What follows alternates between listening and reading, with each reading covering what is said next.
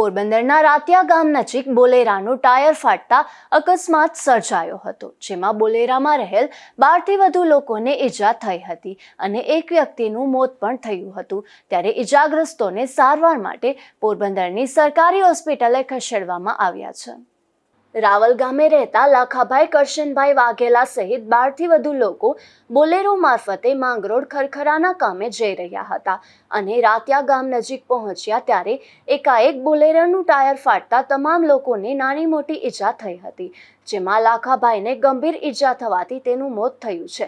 જ્યારે લખમણ ભીમા ચૌહાણ, રાજસિંહ ચનાભાઈ સોલંકી, સામત ભીખાભાઈ ચૌહાણ, બાબુભાઈ સૌદાસ સોલંકી, અર્જનભાઈ મશરીભાઈ ગામી, અર્શીભાઈ કારાભાઈ જમોર, મહેન્દ્ર રામદેવભાઈ વાઘેલા અને સુનિલ કારુ ચૌહાણને નાની મોટી ઈજા થતા સારવાર માટે પોરબંદરની સરકારી હોસ્પિટલે ખસેડવામાં આવ્યા છે। મારું નામ અર્શીભાઈ કારાભાઈ જમોર, જતા હતા માંગરોળ ફટક્યાના કામ, રાવલથી માંગરોળ જતા અને ટાયર ફાટી કઈ જગ્યાએ નરવાઈ વટી કેટલા લોકો લાગ્યું છે? 12 જણાને લાગ્યું। કોઈનું ડેથ થયું છે? એકનો થયું।